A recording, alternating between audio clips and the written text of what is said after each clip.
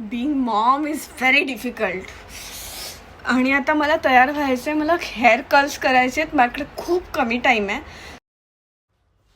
So माझं आजचं mission आहे Maggi like curls in 2 minutes.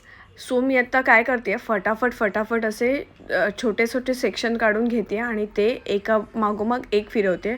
माझ्यात अजिबात पेशन्स नाही आहेत ती एक एक बटा घेऊन ती कर्ल्स करत राहायचा.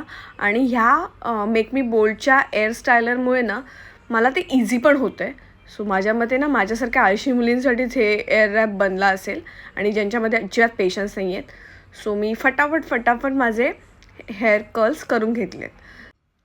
तुम्ही जर हेअर कर्ल्स करायला पार्लरमध्ये किंवा नॉर्मल हेअरस्टायलरने करायला गेलात ना तर त्याला खूप वेळ जातो. आणि ना त्याचं मी एकदा बघितलं, स्मेलसुद्धा खूप येतो. म्हणजे केस जळल्यासारखा थोडक्यात स्मेल येतो. तर त्याच्यामुळे मला ना कायम भीती वाटायची. तर या हेअरस्टायलरमुळे तशी भीती वाटत नाही किंवा केस कुठे गुरफटतसुद्धा नाही आहेत. सो फक्त एका साईडने दुसऱ्या साईडला करताना त्याचा अडॅप्टर आहे तो फटाफट चेंज करावा लागतो.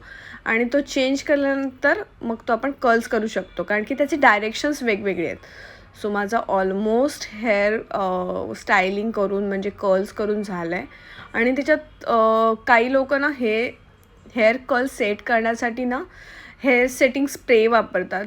पण मी आत्ता नाही वापरत आहे, कारण की त्याने अगदीच कर्ल्स ज्या आहेत त्या स्टिफ राहतात. पण एवढं काही मोठं फंक्शन नाही आहे, मला फक्त एक छोटीशी पार्टी अटेंड करायची आहे. सो आज इनफ आहे. आणि ते पुन्हा हेअर स्प्रे मारल्यानंतर ना केस लगेच वॉश करायला लागतात. सो आज आपण नाही करत आहे. माझे ऑलमोस्ट केस सेट झाले आहेत, तुम्ही बघू शकता. एकदम सॉफ्ट कर्ल्स ज्याला म्हणतात ना तसे सॉफ्ट कर्ल्स झालेत. आणि हे एकदम वेस्टर्न किंवा आपल्या साडीज वगैरेवरती पण खूप छान दिसत आहेत. थोडेसे हाताने सॉफ्ट हँडने असे मी सोडून घेतलेत. आणि त्याच्यानंतर जो लूक आला आहे, I am in love with that. आणि मला वाटतं ही वन टाईम इन्व्हेस्टमेंट आहे. ज्या मुलींना केस हे असे वेगवेगळ्या स्टाईलने करायचे असतात, सो एकदाच घ्या आणि तुमचे तुम्ही केस फटाफट करा. सो आजच्यापुरती बस, बाय.